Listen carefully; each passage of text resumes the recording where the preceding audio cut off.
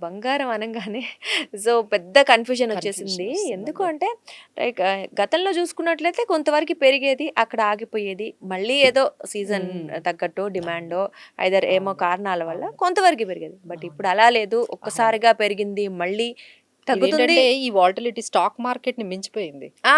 ఇప్పుడు ఇప్పుడు ఈ రోజు కొంటే రేపటికేంటి పరిస్థితి ఎవరికీ అర్థం ఇంత కావట్లేదు. వాలటిలిటీ అనేది ఎప్పుడు మేము కూడా చూడలేదండి. అంటే హ్మ్. గోల్డ్ అనేది రైట్. ఎట్లా అంటే ఒక స్టేబుల్ ఇన్వెస్ట్‌మెంట్ అనుకునేవాళ్ళం కదా! హ్మ్. అందులో పెడితే అసలు రిస్క్ ఉండదు. హ్మ్. పెరిగితే ఎక్కువ పెరుగుతుంది కానీ అంతగా తగ్గదు. హ్మ్. వెంటనే తగ్గదు. వెంటనే తగ్గదు. హ్మ్. అనేటట్టుగానే మనకు గోల్డ్ గురించి ఒక సేఫ్టీ అసెట్ ఒక లాగా అసెట్ భావిస్తాం. లాగా భావిస్తారు. అది హ్మ్. అంతగా కరెక్ట్ అయిపోదు. అది ఇంకా హ్మ్. తగ్గిపోదు.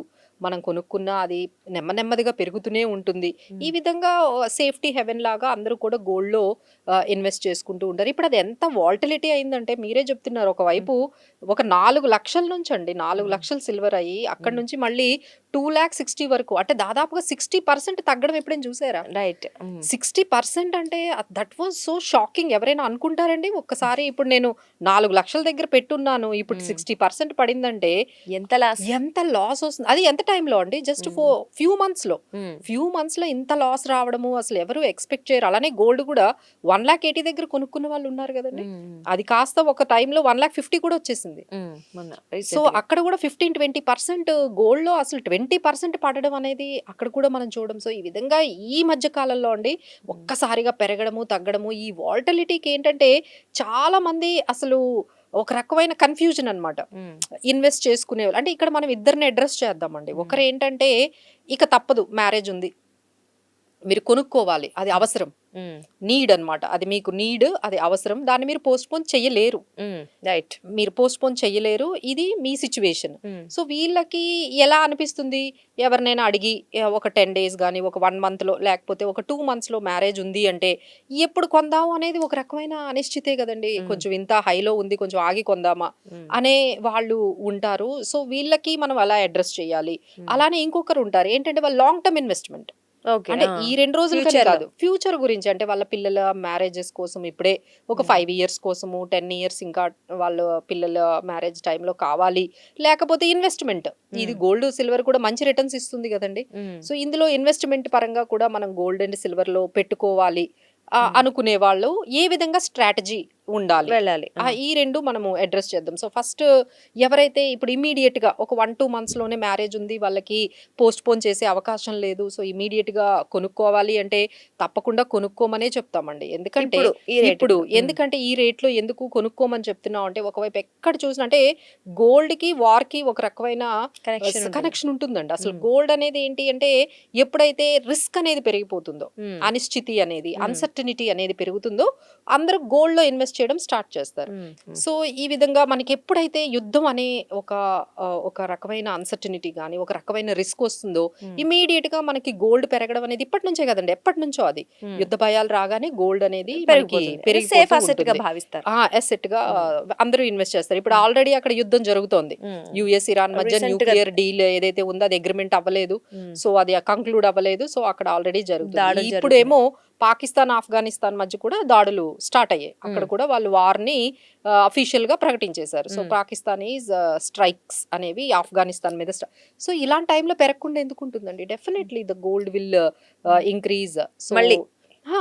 ఎంత మళ్ళీ. వరకి అంటే మళ్ళీ ఇప్పుడు వెళ్తా లాస్ట్ టైమ్ మనకెంతయింది ఎంత వరకెళ్ళిందండి? 1,80,000 180 190 ఆల్‌మోస్ట్. ఆ! 1,80,000 హ్మ్. అబోవ్ హ్మ్. వెళ్ళింది కాబట్టి, సో, ఎవరైతే ఇమ్మీడియేట్‌గా కొనేసుకోవాలి అనుకున్నారంటే, ఇక they hmm. Have no choice. ఎందుకంటే, ఈ యుద్ధాలనేవి హ్మ్. ఎప్పుడు మనకి ఎరప్ట్ అవుతాయి, ఇంక ఎంతవరకు టైం తీసుకుంటాయనేది. సో, వాళ్ళకి ఆప్షన్ కూడా లేదు.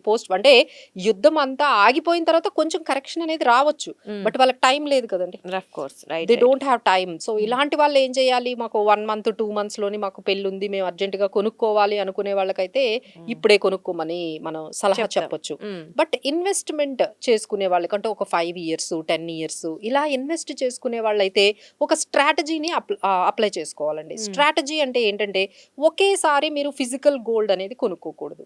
అంటే హుహు. ఒకే అంటే ఇప్పుడు ఎగ్జాంపుల్ మీ దగ్గర ఓ 10,00,000 మీరు హ్మ్. పెట్టుకున్నారు గోల్డ్ కొనుక్కోవడానికి. హ్మ్. ఒకే ప్రైస్‌లో కొనుక్కోకుండా హ్మ్. మీరు స్టేజ్ వైస్‌గా స్టేజ్ వైజ్ అంటే ఎవ్రీ మంత్ అనైనా పెట్టుకోండి, లేకపోతే ఎవ్రీ 3 మంత్స్ అనైనా పెట్టుకోండి. సో ఆ టైం రాగానే కొంత అమౌంట్ అంటే ఇప్పుడు గోల్డ్ 1,60,000 దగ్గర కొనండి, 1,50,000 దగ్గర కొనండి, 1,40,000 దగ్గర కొనండి. ఒకసారి ఎక్కువగా ఉంటుంది, ఒకసారి తక్కువగా ఉంటుంది ప్రైస్. ఇలా డిఫరెంట్ ప్రైజెస్ లో మీరు ఇలా స్ట్రాగరింగ్ గా స్టేజ్ వైజ్ గా మీరు కొనుక్కుంటూ ఉంటే మనకి ఏంటంటే ఓవరాల్ గా మనకి యావరేజ్ ప్రైస్ అనేది బాగా వస్తుంది. దానికి ఏంటంటే మనకి ఇలా ఫిజికల్ గోల్డ్ లో కాకుండా మనకి గోల్డ్ ఈటీఎఫ్స్ వచ్చేసాయి కదండి. ఇప్పుడు ప్రతి ఒక్కరు వాళ్ళ డిమాట్ అకౌంట్ ఓపెన్ చేసుకుంటున్నారు. సో ఈ డిమాట్ అకౌంట్ లో మీ దగ్గర మీరు ఇన్వెస్ట్మెంట్ చేసుకోవాలి. ఈ ఇయర్ అసలు మేమైతే మంత్లీ పెట్టుకోమని చెప్తామండి, respective of the price. Okay, monthly monthly కొనేసుకోండి. సో ఆ మంత్ లో మీకు నిజంగా మార్కెట్ పడింది అనుకోండి, ఎక్కువ గోల్డ్ వస్తుంది కదా. అంతేగా.